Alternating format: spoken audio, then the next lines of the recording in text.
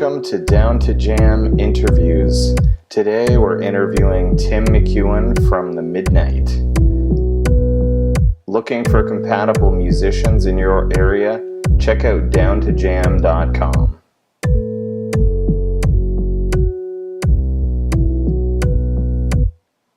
Hey, this is Neil. Yeah, it's Neil. How you doing? I'm good. This is Tim here from The Midnight. Nice to meet you. Thanks for calling. Yeah, nice to talk to you. I had a friend actually show me your music and was just blown away by it, actually at a party. Some of the tracks like Endless Summer and Sunset and Collateral, I was,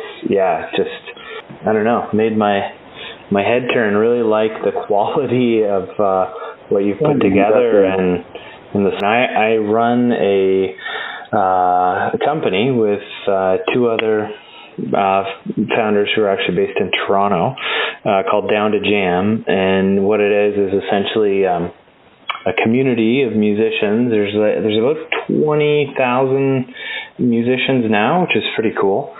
And we have like a dating website for musicians, so to speak. It's not a dating website. It's more, find musicians that are compatible with you based on whatever genres you want to play and style you want to play and things like that. So anyway, cool, yeah, sweet. That's kind of so hit me. Yeah. All right. So where did you guys grow up? Well, this is Tim, the producer, talking. Mm-hmm. So I do all our tracks and stuff, and then Tyler Lyle, he is the singer and the lyrical melody guy, for the most part, for sure. And Tyler grew up in Georgia, in Atlanta, Georgia. Okay. So he's a southern guy, and I grew up in Denmark, of all places, in Scandinavia. So I'm from Denmark. My last name is Scottish, McEwen. Okay. But my dad grew up in England and moved to Denmark many years ago. So I was born and raised in Denmark. So I speak English to him and Danish to my mom and dad. My mom, sorry. And so I was raised bilingually. I spent some time in London as well when I was like in my early 20s. And now I live in LA. And Tyler, that's where we met. Me and Tyler met in LA in a session. And then a few years later, back in 2014, he had to move to New York with his wife because she had to take this job. So since then, we've been working, bi-coastally and fly back and forwards. So he's in New York and I'm in LA.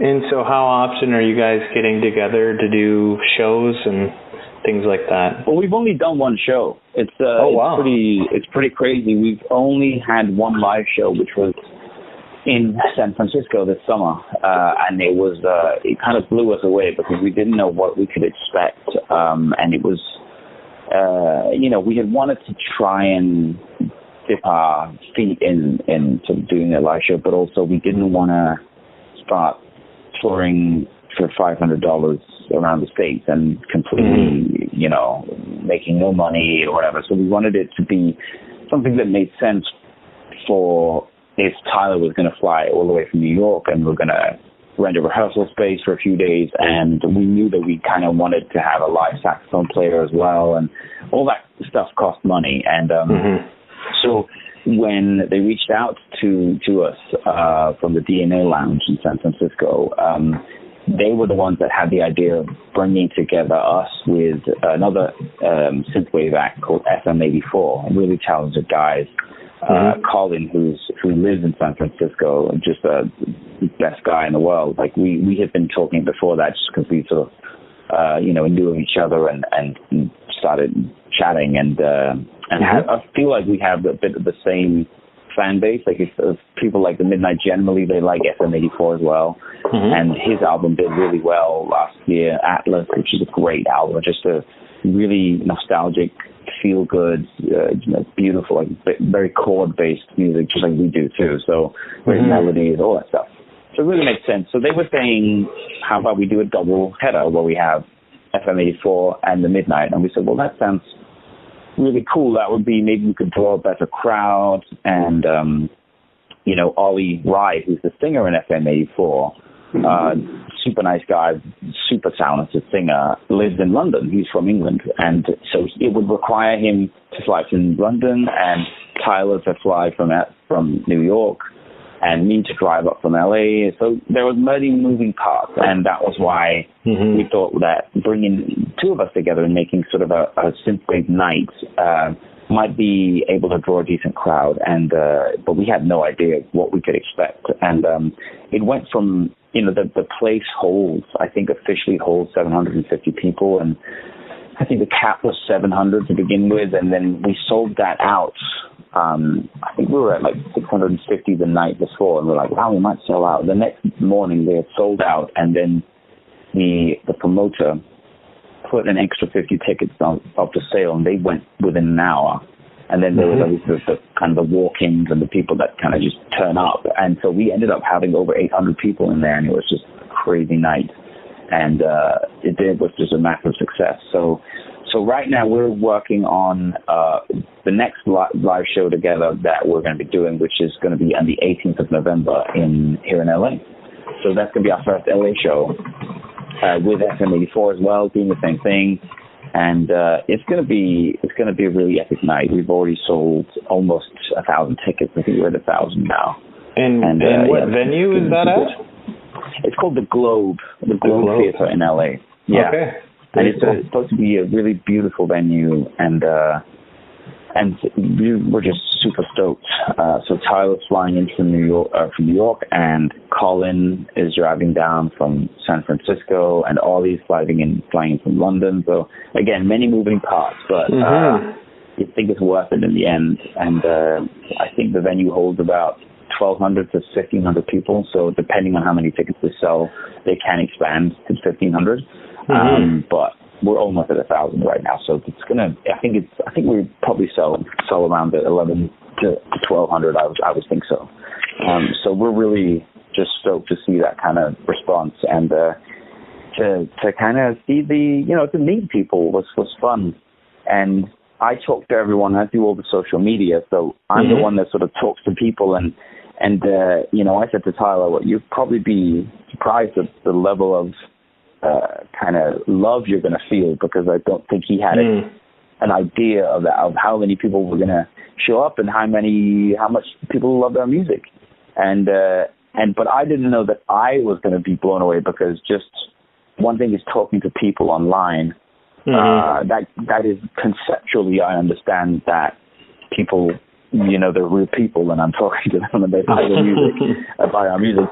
But when they suddenly, 800 people turn up to see you, it's a very surreal thing, and you're just like, oh, I guess if 800 people buy tickets, they're going to have to show up, and that means 800 people are going to be at one place at the same time, and they're going to meet you, and it's just such a fun, rewarding experience. So it's really, really a lot of fun. So I'm looking forward to meeting everyone again, and meeting more people, hopefully, on the 18th of November.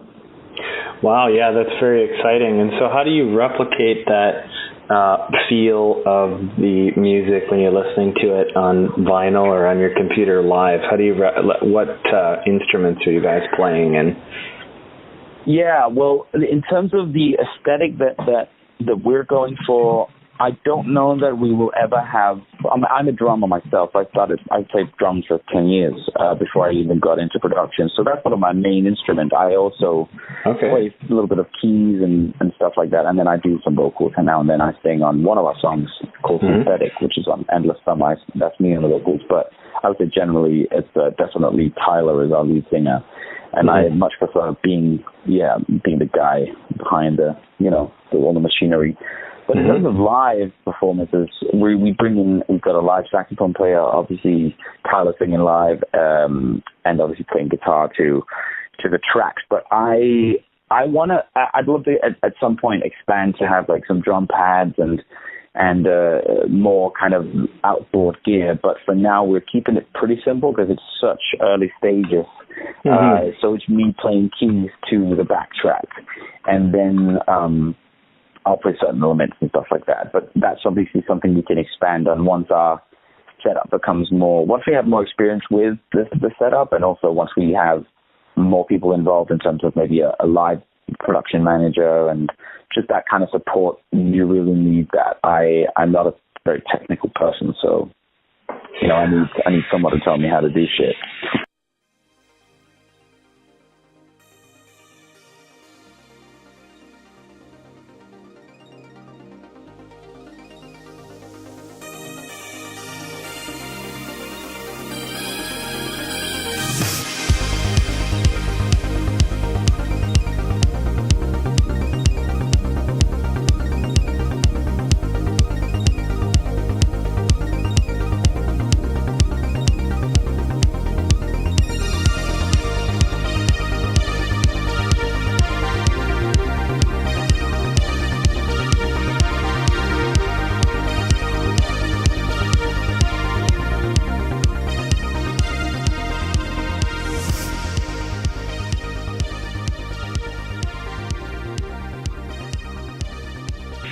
Well, and I must say that some of the saxophone parts in the songs are fantastic.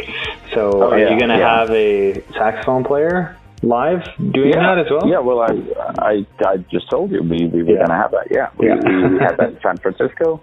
Yeah. And luckily the guy we found, because the guy we use on our albums, he's a Danish guy. One of my good friends, he's a fantastic musician called Thomas Edinger, and I can spell that for you if you want. But he plays with Lucas Graham and everyone in Denmark, and he's touring all around the world at the moment. So he's in Denmark. He's based in Denmark and sends me the sax parts and stuff. But for live, obviously here, we're not able to fly him out, and also we don't.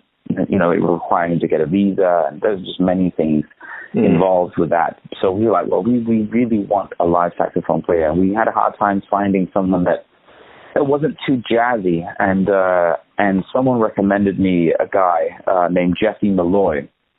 And he happened to be based in LA, and he plays with Panic at the Disco and a ton of other people. And we met with him a few days before the show in San Francisco. We met with him in LA when we were rehearsing, and he came out, on good faith, because we said, listen, we can't really pay you a ton of money, and it's in San Francisco, so you can crash at, someone's place. And it was very DIY. Mm-hmm. But he completely, first of all, he's a fantastic saxophone player, and he looks great on stage, and he just happens to be like the nicest guy in the world. So he's also the type of guy you really want to spend 10 hours in a tour bus with. You know what I mean? That means a lot. That means a lot when you're touring and when you're working with people.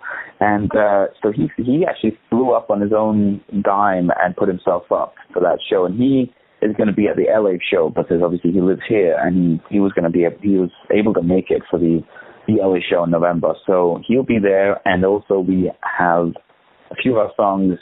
We have a feature, a singer and a singer-songwriter called Nikki Flores, and she sings on two of our songs. There's one called Jason from the last album, End of Summer, and there's one called Light Years from Nocturnal, the new EP. And she is based in LA, and she's going to be at guesting at the live show as well. So it's going to be just a really good fun night. Slightly longer set, I think, this time around.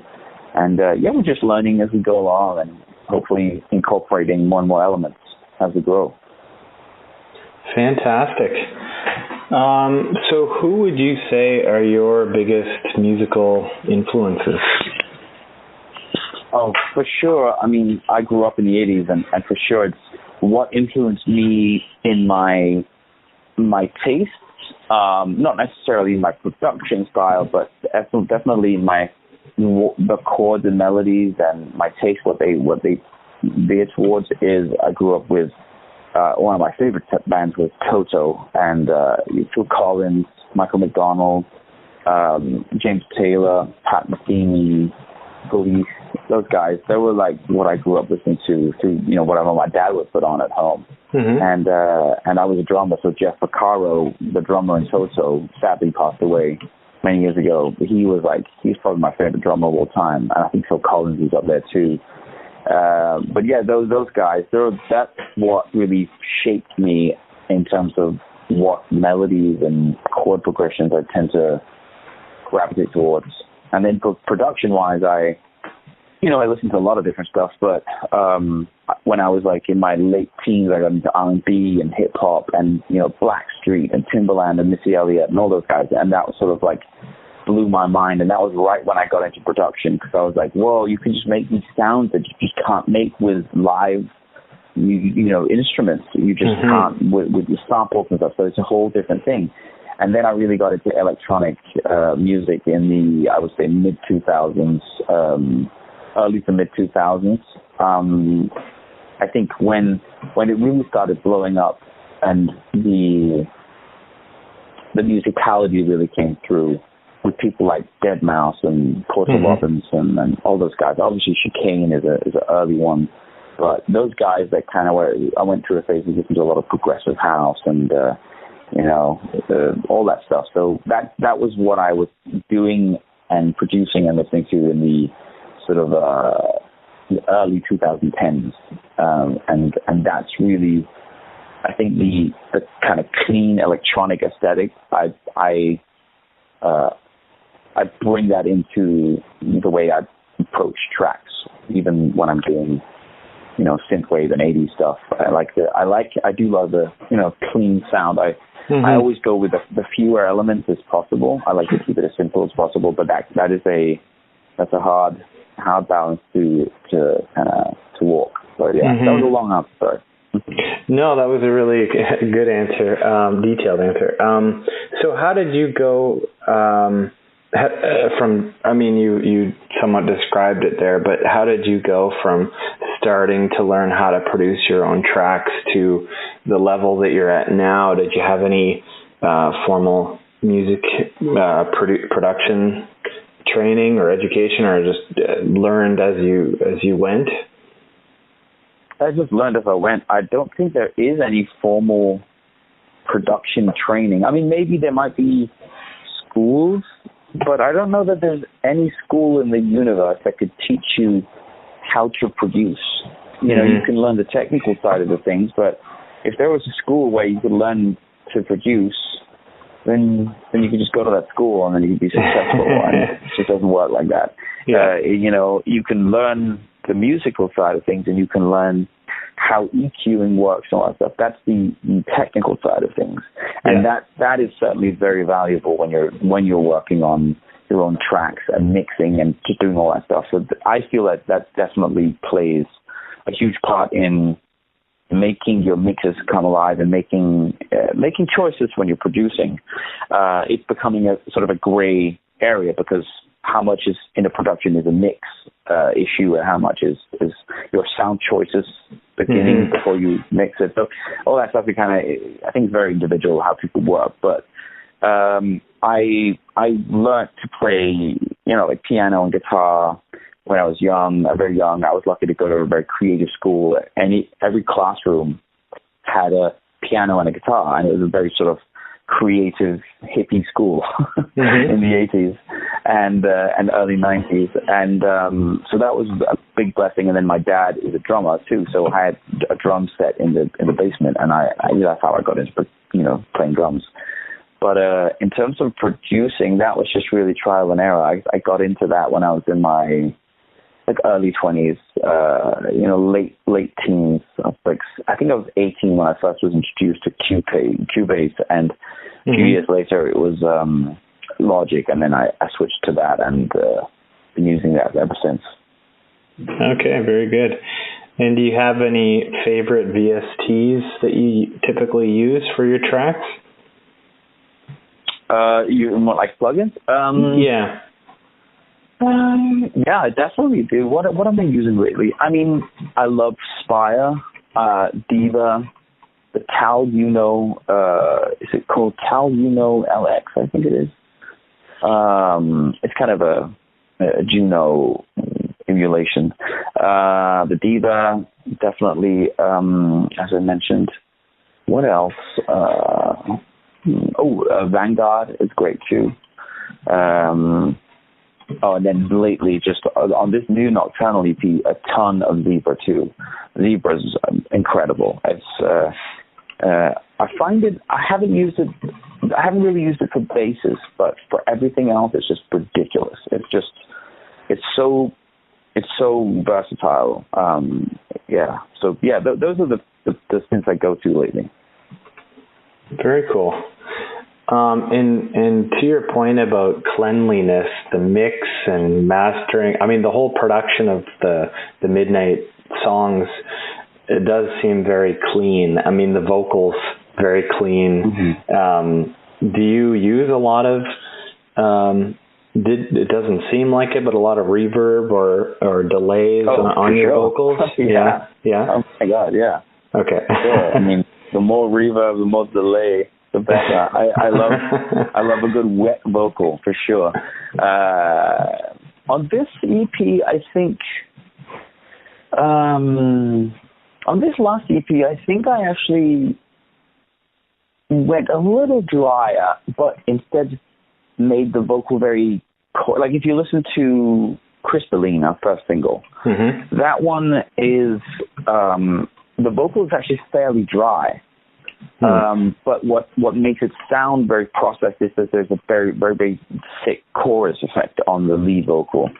And that really adds to the, I don't want to call it processed feel, but it adds to that. It sits differently in the mix, and you almost don't need as much reverb or whatever to kind of sit it nicely in the mix. And it's interesting, I was seeing some of the comments on YouTube when it first came out, when the single came out. And people were complaining. Some people were saying, "Oh, like we should change their name to the Auto-Tune or whatever." And I was thinking it's interesting because I use Auto-Tune on all of our vocals.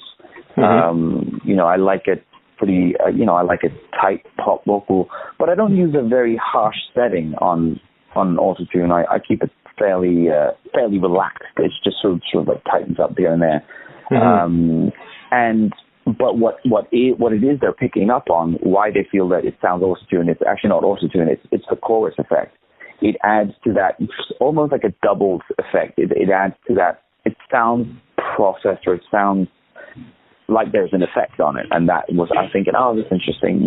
They don't know that it's the chorus effect that they're picking up on, but they're thinking it's the auto-tuner. But yeah, just for everyone out there complaining about the auto-tune, it's actually not the auto-tune you're picking up on. It is the chorus effect. So maybe you just don't like chorus. That's the go-to one that everybody likes to pick on, though. Yeah, it is. It's without fully understanding kind of what you can do with it, or just. But it depends. I look at it. It's a tool.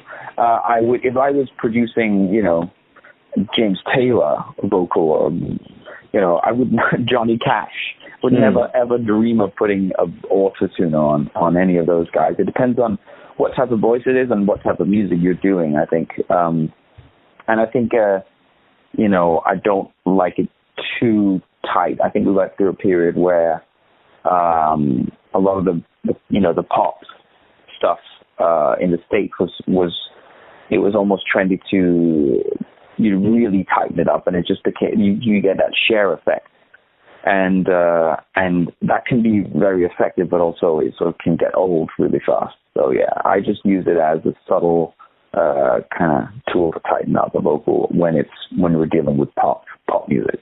Mm-hmm. And in terms of musicians, meeting other musicians and, trying to find people that mesh with your sound, depending on the goals of whatever musical, project you're doing, do you have any recommendations for the DownToJam members? What do you mean for me to meet other musicians? Well, like for example, what Tyler's vocals seem to fit so well with the music that you guys are writing.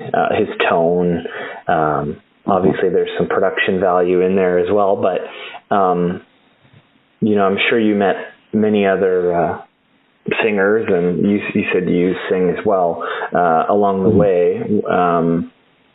And so how did you find someone like Tyler where it just really meshed? Well, it wasn't like I had this project ready to go and I needed a singer. It was really, the Midnight came out of me and him back in 2012 meeting in a session that his publisher at the time put us together, and we were supposed to just write for, whatever pop artist at the time. And then I remember listening to his music before I went down to the session to meet with him in the studio, and I heard his stuff and I was like, oh, this guy's really good. He's an artist. And I loved his voice, and I loved his writing style and his lyrics. And that was just one of his own solo EPs that I checked out. And so when I went into the session, I instantly knew, like, oh, this guy's he's going to bring something special, and I just let him do his thing. And I just started playing some keys on the piano, and then that's when we wrote our first song, That First Day. And so it wasn't that about 2 years later, that became The Midnight, and we put out the first EP, Days of Thunder, in 2014. But that took about a year to we had 2 songs, and I spent about a year off and on just figuring out what is this project like. Mm-hmm. And I sort of ended up conflating my own little solo fun project that I was going to do with this 80s thing that I kind of felt I wanted to do with him, and that became The Midnight. So in terms of how you go about finding, we were lucky that it was just a publisher put us together, and we both worked in the music industry. And Tyler at that time was living in LA and was writing with a ton of people and just being sent around to different sessions for different pop, mainstream pop acts and just writing with people. And I was doing the same, working with a ton of writers and singers and different producers and people. And so it was just another session, and we just kind of clicked. And that was really, we kind of knew that it was just very easy and effortless to work together. And I'm just lucky that he just has that fantastic tone. So the reason he sounds so good is just I'm just building on what I have. The building blocks are already there. I just kind of bring it to the forefront of the track as best I can. But he's an incredible poet as well as singer and not just a lyrical songwriter. But the guy could, if he didn't become a singer, he could have written poems. And he's a wizard with words for sure. So I think it's just working with as many people as you can, and you'll get more experience. And then when you finally meet that person who really has the skill or the talent or the tone or whatever it is that that makes you click, then you know what to do with it, because you've got the experience, and you kind of know what to do with the raw material, I guess. Perfect. And there was a track that I think it was Lost and Found, which was a remix that you did, you guys did, of one of his songs. Is that correct? One of Tyler's songs? Yeah, it was one of his. I think it was just from his previous album or his latest album. I don't remember. It was a couple of years ago, and this was before Endless Summer came out, so we were still, just sort of like had that one EP out, and The Midnight wasn't anything huge or anything like that. And he's like, hey, what do you think about, do you want to do a remix of one of my songs? And I was like, hell yeah, man. So he sent me the EP before it came out, and I really liked that song. And then I just did a remix in a couple of days.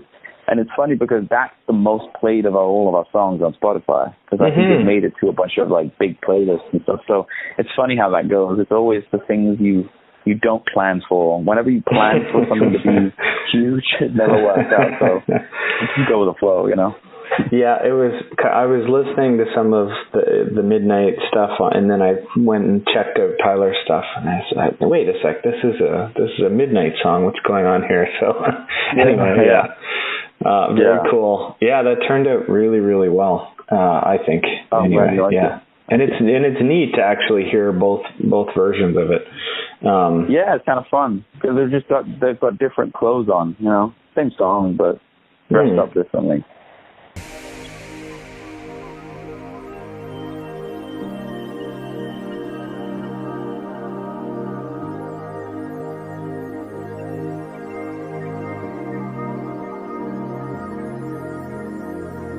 disappeared in a camera flash. Why do the bad girls never last? Lost in gin and lemonade, electro spins in the mermaid parade.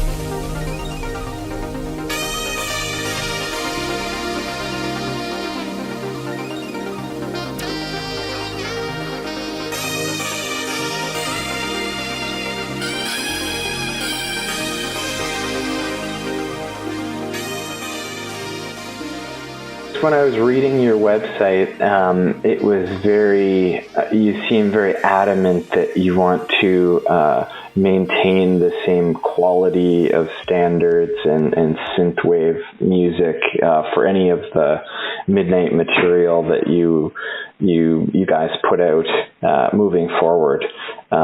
Which is nice, I think, from a branding perspective. But maybe you could just talk about that, how you really honed the sound that you guys were looking for, and what new retrowave means to you. Yeah. So in terms of, I guess what you mean is how I you mean how I came to the conclusion of doing this whole synthwave 80s thing? Is that what you mean for the first EP? Exactly. Yeah, I mean that was what I was touching on earlier. At that, it really took me quite some time. I think I spent about a year. I mean, I didn't spending a year on one track, but it was sort of like spending time on trying to figure out, like, oh, this whole thing with Tyler. What is this? And what our name could be, and how 80s should it be? And because I always gravitate to that style, but you just can't get away with doing that stuff when you're working with mainstream artists. You can't go full, all out. You can touch on it, but it's hard to really go all in. And I kind of was missing that outlet of just fully being able to go all the way down the rabbit hole. And at the time, or a little bit before, that was a couple of years before I'd seen Drive, and you can come across College and Kavinsky and Time Cop and NPM Soundtracks and those guys, and Tesla Boy as well. In 2011, 2012, I was kind of discovering these guys. And I was discovering this whole scene. And Future Cop was a big one too. Right when the week I saw Drive in England, I was in London at the time in 2011. And that week, I think of an artist I was working with, he showed me Future Cop, and I was like, oh shit, I love this. This is this underground little fucking, this guy is doing cool shit, and it was just invigorating, especially because at the time I was working with a lot of like corporate big major label artists, and it was just kind of sucking the life out of me a little bit. And so when I met Tyler, we wrote a couple of songs. We wrote Gloria and We Move Forward, and they sat around for about a year before I kind of like knew that we were going to go in the direction of the whole 80s thing. And that's when we started working on more material, and we wrote, I think Kick Drums and Red Wine was also one of the first ideas we wrote. And it was going to be called Lay It On Me. And the track was way different. It was like more like a house thing. And it was just a completely different thing. So that's why it just has completely different clothes. You can dress up a song however you want. It's the same song, but you just give it different clothes. And so, yeah, I spent a long time figuring out how 80s is going to be. Is it going to be indie, electro 80s? Is it going to be full-on 80s? And obviously I settled on just going straight full-on 80s. And but that was hard that took me a long time to figure out the tone of it, because I wanted to get that right before we put anything out. So to make sure that the brand was at least in the right direction, and we didn't have to like suddenly like pivot and it's like, oh, okay, the last thing was very 80s, but now this is polka, there's some jazz, have fun, and then everyone's like, what the fuck is this? Right. So, yeah, that was definitely important to me. So it took me a while, but the thing about synthwave and 80s and whatever is it's always been something I just inherently knew the aesthetic of and loved it and thought it out in music. So it's not that I was listening to all these guys and like, oh my God, you can do this, and oh my God, they're doing this, I'm going to try that too. It was more like, oh my God, finally I can just go nuts with all these things that I like and no one can stop me. Right. So that was really a big part of it, just thinking, okay, my mantra the whole period of while I was finishing Days of Thunder, our first EP, was if you don't, first of all, I have to have fun making it. So, because I knew, no one might hear it. I might be the only person in the whole world that likes this. So at least I'm gonna fucking like it. I'm gonna fucking like the process, because this might do nothing. We're just gonna put it on Bandcamp, and eventually it made it to Reddit and people started sharing it, and that was kind of the big part in helping us grow.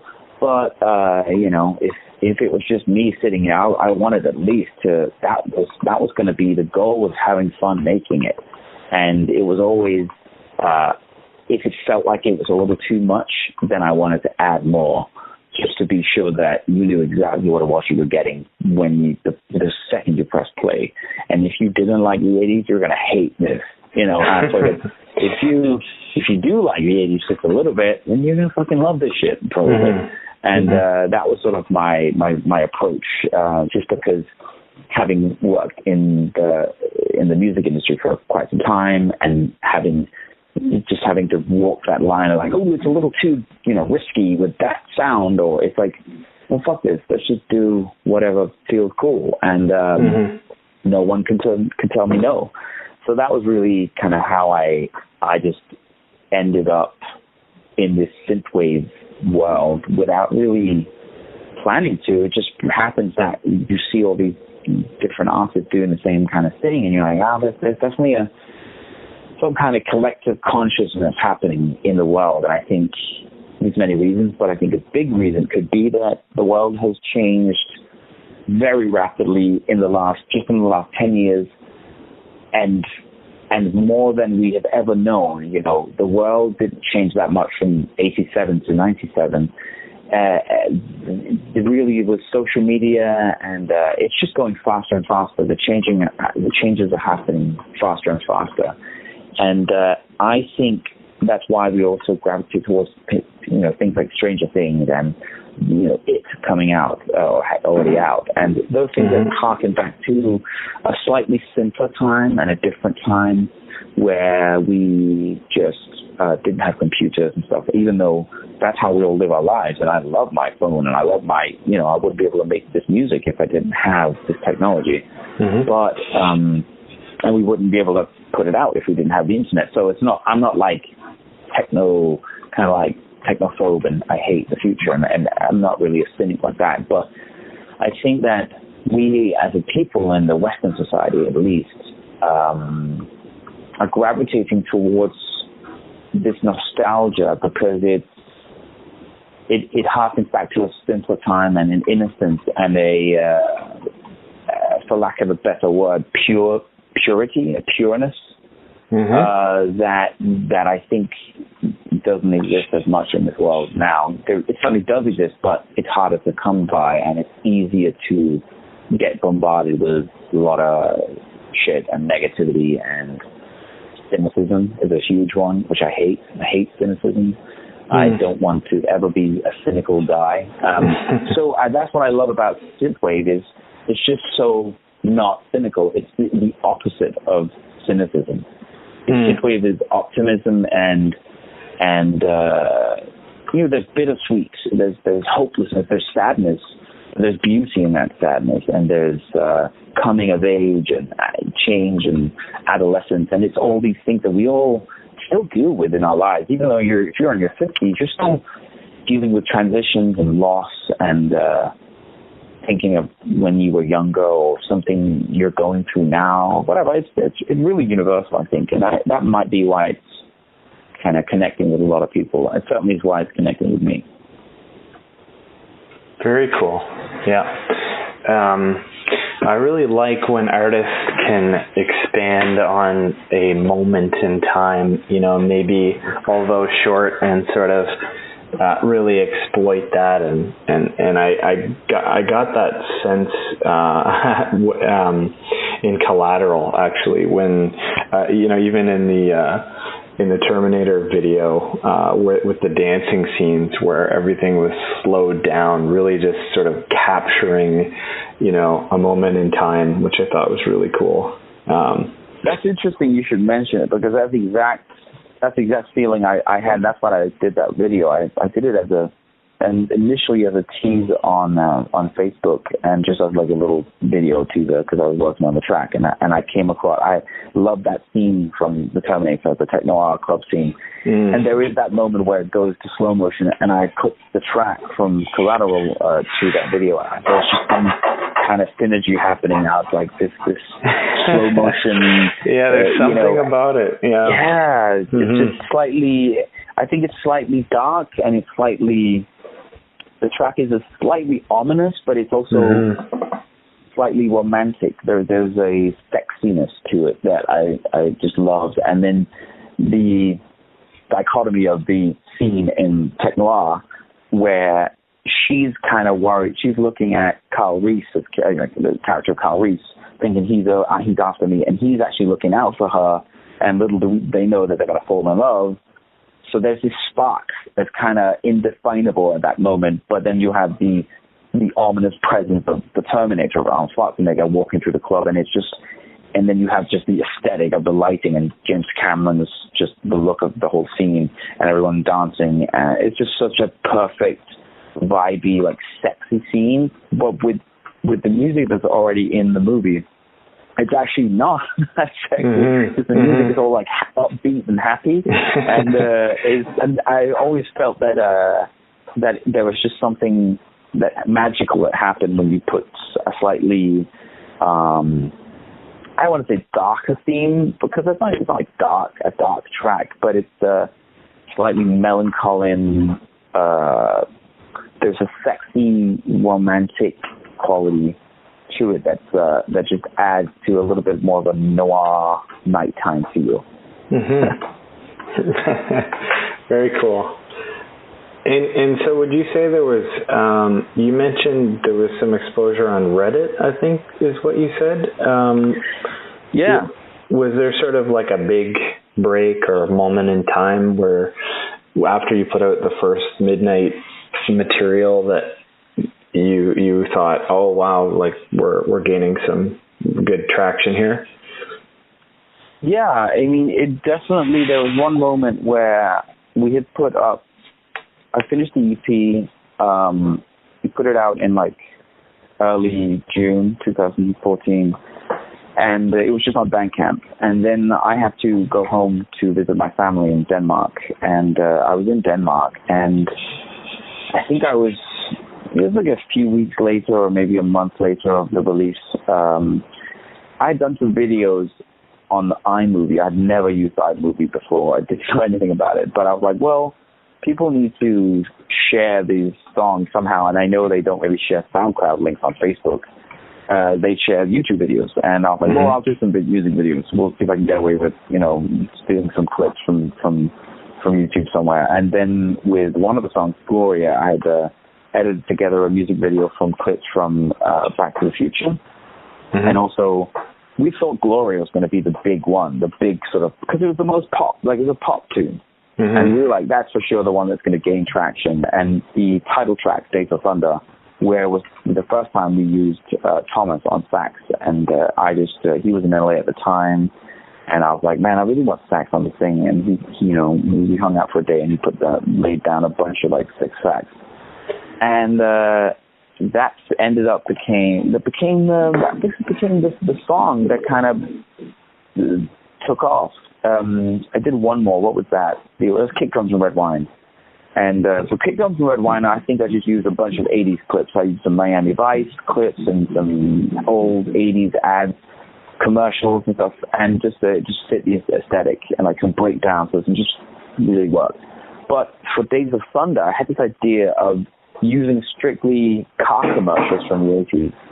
At that time, you had that time of the sort of like mid mid 80s to early 90s, where car commercials were all about like neon and like futuristic, and this is the new generation of whatever. And it was this kind of great dichotomy of something that was trying to be really futuristic, but now we look at it and it has that real retro feel. It's just this perfect aesthetic. So I found all these, I kept on coming across these car commercials, and these are so sick. The visuals are so great. I mean, they're grainy because they weren't very high quality, but I think, okay, I was putting them together. So I just scoured the internet for like a week of old school car commercials, and I spent about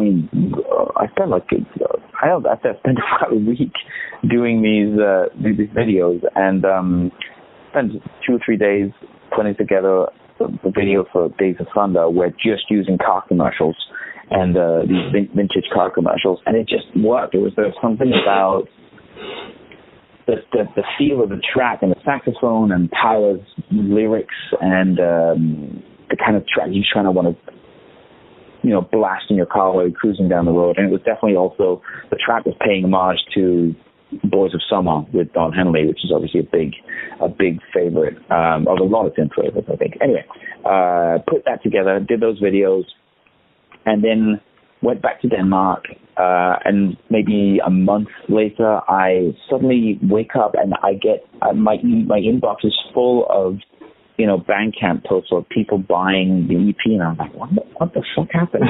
So we went from like the video had like Days of Thunder had like 300 views, and then I checked and it had like 3,000 views, and then later that day it had 8,000 views, and just kept going up.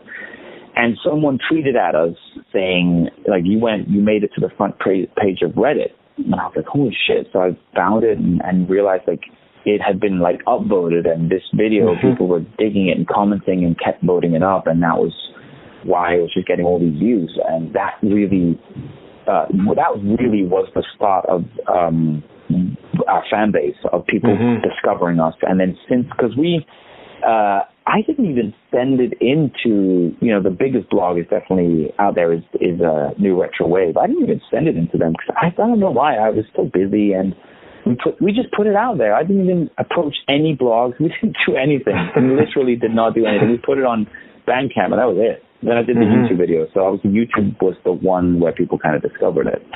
And then I think a year later, after the release of Days of Thunder, that's when New Retro Wave kind of did a post of a couple of our songs and saying, to celebrate the 1 year anniversary of the release of Days of Thunder, and that's really when we got the support of them, because I don't think they knew about us before then. So clearly they came across us somehow, and then they're very kind to post a few songs, and since then they've been great collaborators. Ken, who runs the blog and the YouTube channel, it's been great, and every time we always connect with him every time we're doing a release, because we know there are people that might like our music, but they might not follow us on Spotify or in social media, and they might follow the blog. So it's just a great way for people to discover whenever we do a release. And he's great. They've been awesome. So that was really the moment when that video of Days of Thunder made it onto the front page of Reddit. That was kind of, I don't want to say like blew up, because it's not like we were buying houses or cars, but we were certainly like, whoa, holy shit, we just went from 300 views to like 16,000 views in like a day. And that was big for us back then. And also in the synthwave industry, synthwave genre, it still is pretty big, because it's a niche thing. It's growing, and with Stranger Things and everything, is certainly becoming more mainstream, which I love. It's great, but it's still a very specific thing. I don't think it'll ever be on the level of it just had such a neat thing. I don't know it'll ever be fully mainstream that everyone in the world is going to be talking about the midnight. I think it'll always be its own little corner of the internet. Well, and so do you think there's in today's day and age of having so many different platforms and so many ways to release your music, do you have any sort of do you think there's no magic formula to releasing your music? Like, how do you guys like selling your music through Bandcamp? How do we like selling it through Bandcamp? We like it.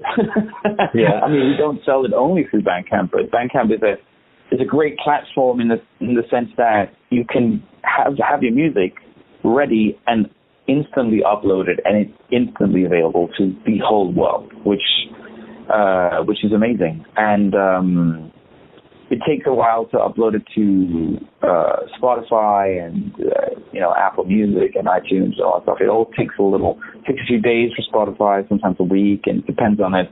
They've got to review it, and iTunes takes longer, and so it's a longer process. Whereas Bandcamp's just instant. So it's not that we've been trying to do only Bandcamp for just a week or whatever, but it's literally just been a case of, for the last few releases, I've been running late and running like crazy to meet the deadline, and we wanted to have this last EP out by the Friday the 13th in October. And I literally finished the EP the day before, so there wasn't any way to upload it all, 2 weeks before, so it would be ready on every platform on the 13th. So that was just the case of we'll put it on Bandcamp, and then we can upload it, and it'll kind of drizzle out on all the other platforms after that. But yeah, I think Bandcamp is great. All right. Well, I've kept you a lot longer than a half an hour here, so I will. I'm just looking at the time here. Really appreciate your time today, though. Yeah, no problem. And thanks a lot. Cool. Thanks, Neil. Good to talk to you, man. All right. You too. All right. Okay. Take care, buddy. You have a good one. You too.